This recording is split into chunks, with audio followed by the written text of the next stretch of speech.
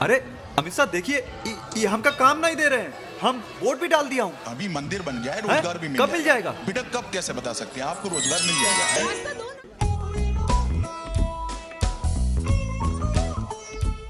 हर उस व्यक्ति के मन में मोदी है, हर उस व्यक्ति के मन में बीजेपी है जिसके दिमाग में धर्म है।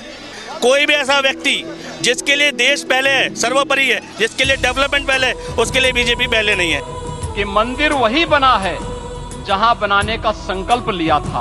आज हमारे राम आ गए, हमारे राम अभी दिव्य मंदिर में रहेंगे। भाई साहब, ये भाई हमका रोजगार नहीं मिल रहा है। पीके है के हैं? पुलिस वालन की यही ड्यूटी रहेगी कि तुम बेरोजगारों को रोजगार दिलावे। तो कहाँ मिलेगा रोजगार? दिमाग के ढक्कन, पुलिस वाले आम आदमी होते हैं, देश के नेता नहीं। देश के नेता नहीं, देश के नेता नहीं, देश के नेता नहीं, देश के नेता नहीं। इस देश को रोजगार मोदी दिला सके भाई, रोजगार मोदी दिला सके भाई, रोजगार मोदी दिला सके। वोट डालिया मोदी जी को, वही तुझे रोजगार दिलाएगा।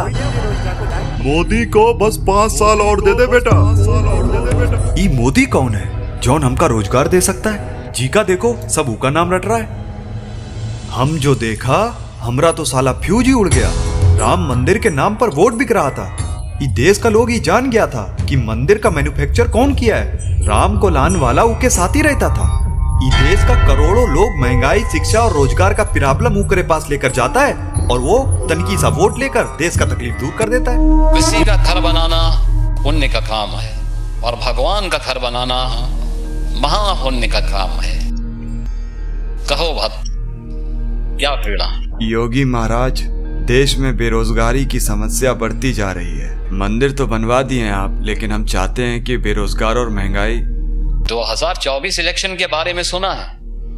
जी नहीं। जल्द आने वाले हैं। वोटर आईडी बनवाओ और तैयार हो जाओ, क्योंकि मोदी जी ने अयोध्या की गोद में भगवान राम का भव्य मंदिर बनवा दिया है। बस इस बार भी आशीर्वाद दिया, रोजगार मिल जाएगा। रॉन्ग नंबर है, ई रॉन्ग नंबर है। योगी जी इलेक्शन जीते खातिर आप जो स्ट्रैटेजी का प्रयोग कर रहा है, उल्लूल हो चुका है। क्या क्या कहना क्या चाह रहे हैं भैया आप? हम समझाता हूँ, हम सब देश का नागरिक है ना? हाँ है। तो अगर देश का नागरिक महंगाई, रोजगार का समस्या लेकर आपके पास आता है, तो आप क्या करेगा?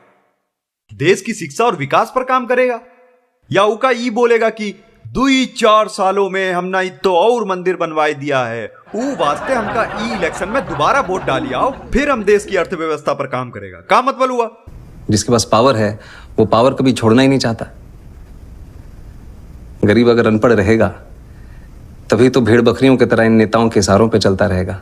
और सभी जानते हैं कि यही अनपढ़ लोग इनका वोट बैंक हैं, जो धर्म और जात के नाम पे वोट देते आए हैं। इसलिए डॉक्टर अंबेडकर ने 1942 में कहा था, एजुकेट, एजिटेट एंड ऑर्गेनाइज।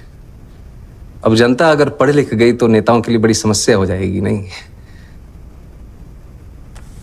अगर नेता देश का अर्थव्यवस्था पर काम करता तो वो फोकस करता देश के विकास में, मुफ्त शिक्षा देता।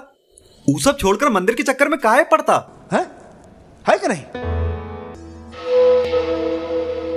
हम प्रूव कर सकता हूं, मोदी फिरकी ले रहा है। अंकल, जब तक लिखत में रोजगार ना मिले, भाजपा को वोट मत डालना। हाँ, राम मंदिर के उद्घाटन का समय हो चुका है।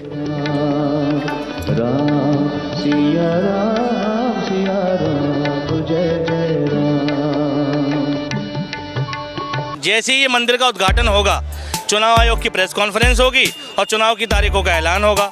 यही होना है, सबको पता है, और फिर मोदी के पक्ष में दिखाया जाएगा। तुम कुल मिला के देख लो देश को कैसे गुमराह किया जा रहा है। अटल बिहारी वाजपेयी जी का नारा क्या था? शाइनिंग इंडिया, यानी भारत की तरक्की, चमकता भारत। ठीक, उसके बाद कांग्रेस आई। कांग्रेस का नारा पहले क्या था? गरीबी हटाओ, डेवलप इंडिया। ठीक है, ये सब था। उसके बाद फिर कांग्रेस दोबारा जीती, तो उस टाइम पे विपक्ष में कौन था? आडवाणी जीते। नारा क्या था? मजबूत नेता, निर्णायक सरकार। ठीक, उसके बाद फिर कांग्रेस आती है, उसका नारा क्या था? हर हाथ शक्ति, हर हाथ तरक्की। ठीक, यानी पिछले जितने भी नारे थे, हर नारे में देश की तरक्की, देश की आवाम की तरक्की की बात हो रही थी। लेकिन जब से मोदी जी आ रहे हैं, क्या नारा मिल रहा है? अब की बार मोदी सरकार, देश गया भाड़ में। फिर से मोदी सरकार, देश गया भाड़ में। अब की क्या आएगा? जो राम को लाए उनको लाए, देश गया भाड़ में। ठीक, देश की तरक्की की तो कोई बात करने को तैयार ही नहीं है। हिंदू धर्म के जो लीडर्स हैं, जो अथॉरिटीज हैं, उन्होंने कहा है कि वो नहीं जा पाएंगे क्योंकि ये राजनीतिक फंक्शन करते हैं। इसीलिए कांग्रेस प्रेसिडेंट ने इनकार किया वहां जाने। मेरी सोच है, जो सचमुच में धर्म को मानता है वो धर्म के साथ पर्सनल रिश्ता रखता है, वो अपनी लाइफ में धर्म का प्रयोग करता है। जो धर्म के साथ पब्लिक रिश्ता रखता है वो धर्म का फायदा उठाने की कोशिश करता है। सब वोटरवा आईडी लेके 2024 इलेक्शन का लाइन में लगा था।